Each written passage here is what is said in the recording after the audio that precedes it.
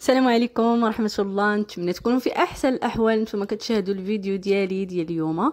الفيديو ديالي اليوم غادي نحضر معاكم حرشه بدون فرن، حرشه في المقلاة، ساهله ماله وسريعه في التحضير. كتوجدوها والضيف عندكم كتوجدوها في الصباح الفطور بطريقه جد بسيطه. تابعوا معايا المقادير وطريقه التحضير على بركه الله. بسم الله. عندي هنا نص كيلو ديال السميده رقيقه، نقصت منه هاد شويه اللي في هاد الزلافه اللي كتلاحظوا معايا. عندي 4 كاس ديال الزيت، عندي شويه ديال الخميره، ساشي تاع الفاني، ساشي ديال الخماره حمراء، عندي 3 المعالق كبار ديال السكر سنيده حبيبات، وعندي شويه ديال الملح.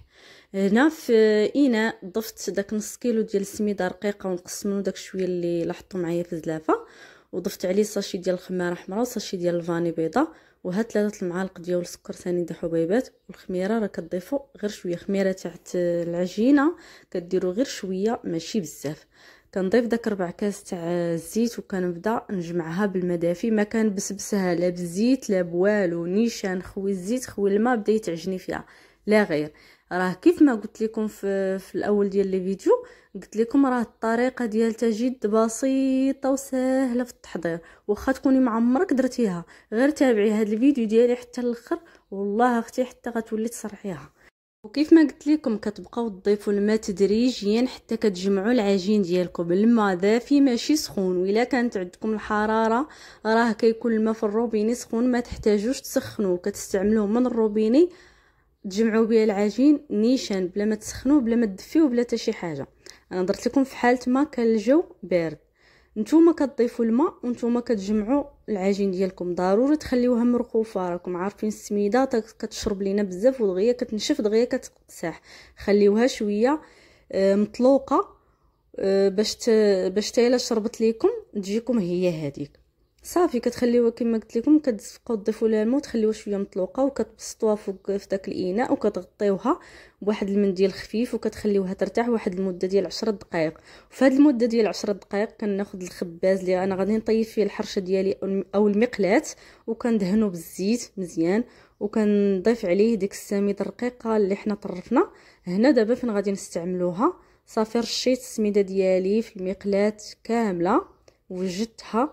دابا عاد غادي ندوز الحرشه ديالي من بعد ما طلقات لينا واحد شويه وشربت داك الماء. هانتوما شفتوها دغيا نشفات، راه قلت لكم السميده راها دغيا كتشرب الماء دغيا كتنشف هي والفينو.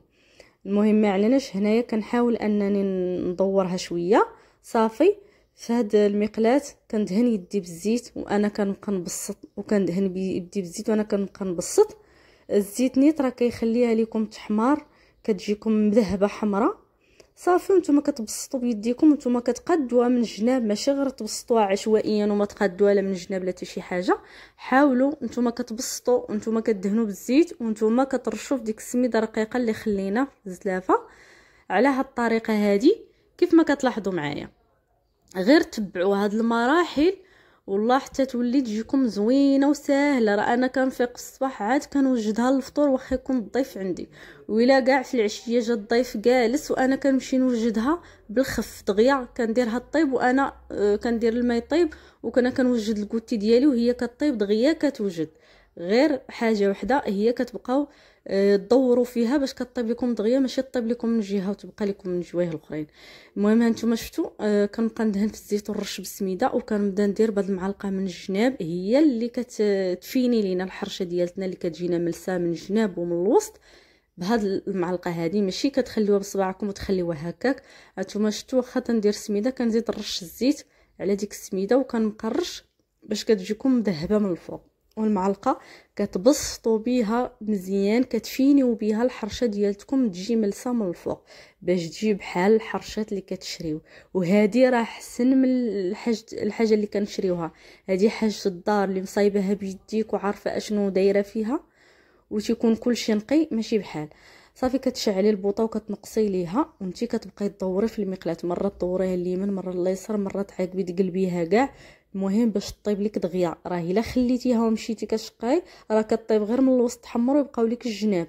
المهم هنا كنرشها بالسميده وكنبقى نبسطها شويه بهاد الطبسيل تاع القزدير ولا شي، المهم شي حاجه اللي تكون من التحت ملسه ولا صينيه على ود دوك الفقاعات اللي بينت لكم صغار. الا خليتوها راه كتولي منفوخه وكدير لكم داك الفقاعات، كتولي دوك الفقاعات تيتحلوا حتى لتحت.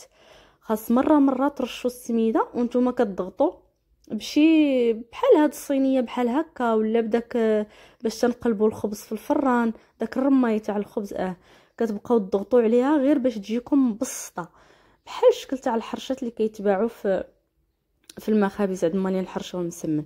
هانتوما شفتوا فاش قلبتها جات على هاد الطريقه، وريتكم حتى الطريقه باش انني قلبتها بالصينيه وقلبتها، ولا اللي عنده داك الرماي تاع الخبز راه كيقلبها وكتقلبي وتعقبي ترجعيها للمقله. هنا تاني كتبقاي كما قلت لك، كتبقاي المقله تدوريها في الجنب اليمين اليسار وتبقاي تقلبي في المقله باش تحمر لك من الجناب ومن الوسط، ماشي تحمر لك غير من الوسط ويبقاو لك الجناب. راه في ديك الطريقه تاع الطياب راه كتبقى في انك تدوري المقله، وحتى الا جهدتي لها شويه تاع البوطه خاصك تبقاي تدوري فيها راه دغيا كطيب، الا نقصتي لها بزاف ماشي مشكل، المهم على حسابك نتيا. هذا هو الشكل النهائي ديال الحرشه ديالنا من بعد ما طابت. هانتوما شفتوا كيفاش كتجي، السمك ديالها كيجي هكا مغليظ مرقيق. ديك الخميره اللي كديرو هي اللي كتخليها شويه كتنفق وكتجيها ملبه من الداخل. انا نقسم لكم واحد الطرف باش تشوفوها من الداخل كيفاش كتجي، راه بحال ديال الحرشات اللي كناخذو من على برا اللي كيتباعوا، كتجي بحالها. اللهم وجدوها في الدار في البيت ديالكم وبطريقه سهله ومبسطه وانتي عارفه اشنو دايره فيها. المهم نتمنى الحلقه ديال اليوم تنال اعجابكم، ونتمنى نكون خفيفه على قلوبكم، ونتمنى تجربوا هاد الحرشه وتردوا عليا في لي كومونتير، والى اللقاء.